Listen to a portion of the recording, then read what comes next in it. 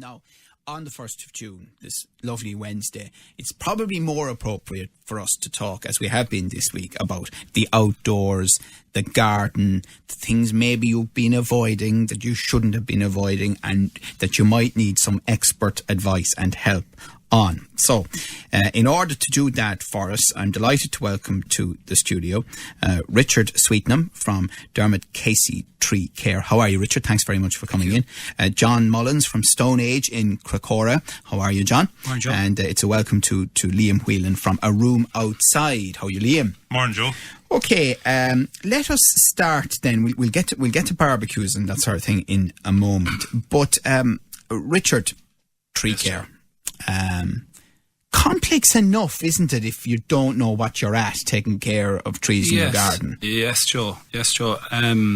We are a company. We're a professional company. We deal with big contracts with OPW, ESB, county councils, civil engineering companies, and the private landowner. If you look at trees in relation to the private landowner, which we're talking about, for instance, now.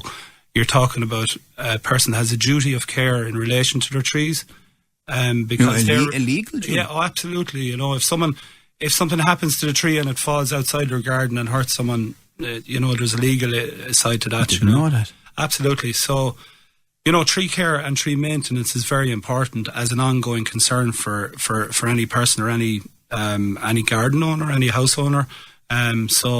And do some trees, even on private land, have preservation orders on them? Absolutely. And they're governed by the Forest Service and the Limerick City Council, etc., And what would you be doing for the big boys like the ESB? The ESB have issues with continuity of supply, I would say, right?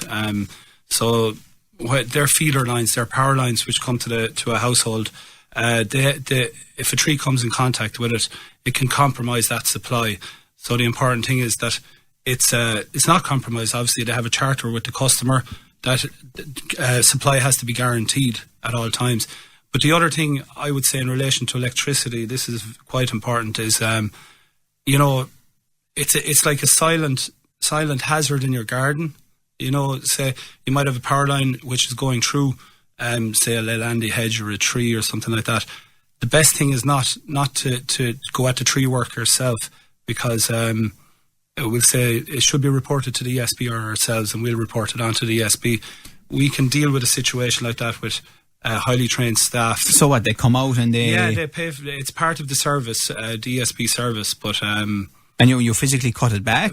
Yeah, well, there's special techniques. There agreed work methods with the ESB, agreed with the HSA as well, that there's a safe process, a safe way of doing it. It might require a switch out as well. The power might need to be cut out as well, so okay. There's loads of issues. So in my garden, there's a tree that I feel needs something done with it, and maybe I'm not even sure what, but it doesn't look quite right. Yeah. So contact you guys. Yeah, contact us. We call out. It's a free inquiry. You know what I mean? We call out. We give the best advice according to best practice. We give a competitive price. Our guys are highly skilled, highly trained, good equipment. We do a tidy job, value for money. And generally, what sort of work specifically would you do in a private garden? Tree pruning, tree reduction, felling. Also, as well, we have a consultancy side to our business as well, whereby we can create a tree survey, which will be a report on your trees if there's a large amount of trees. And say, for instance, it will categorise your trees into maybe year 1, year 2 and year 3 that you can budget into the near future, that it's not all really up in one lump sum to carry out the works. Do you come across diseased trees? Yes, absolutely. The tree survey would incorporate that too, as in qualified arborists will go to your property, look at your trees, especially roadside trees, which county councils are quite worried about. They're asking people to take ownership of their trees and the liability of anything happening. So these tree reports, they actually put down on paper, they catalogue what your issues are, any immediate issues and any future issues that you can deal with in the future. And what are the common diseases in this part of the world? Well, we have a problem with ash at the moment. There's an ash dieback disease. Beech beech can get over mature as well. They can get Ganoderma, right, is the name of it. Kind of it's a black fungal bracket that's on the base or on the stem of the tree, and this can lead to catastrophic root failure. So you could have a mature beech which is sitting there with these black brackets on it with no rooting system. So it's very important to get your mature trees looked at least, you know what I mean, to kind of get an idea if you have any problems, you know what I mean. And can you ever treat a tree with a disease, or do you have to cut it down?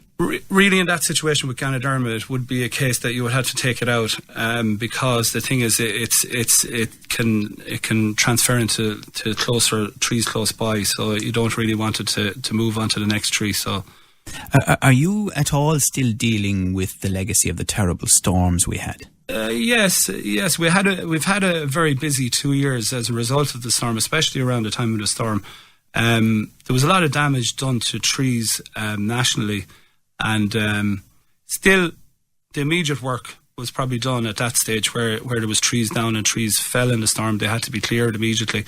But now we're probably going through kind of storm damage and things, you know, that people had budgeted for maybe 2 years down the line. And yes, we are still dealing with part of that, yeah. And where do you take trees that you have to cut down? Usually what we do is... it's either climbed with a qualified climber or using a hoist. We also use cranes in certain situations where there's something delicate underneath and we can't compromise that, you know, say a house or a building or something. And we can use it for firewood. We have a firewood business. The wood chip in certain large scale operations can be sent for biomass production, which is heat production and electricity production in Edenderry. But also it can be used for garden mulch. You know, we use it around flower beds and things like that to kind of suppress weeds and weeding systems. Do you climb trees a lot? I don't. I'm a manager. Isn't that great? I did before. I'm a manager. You were young fella, was it? I was a young fella, yeah. I know, in fairness, you look as though you would be well able to still climb a tree. Thanks, Joe.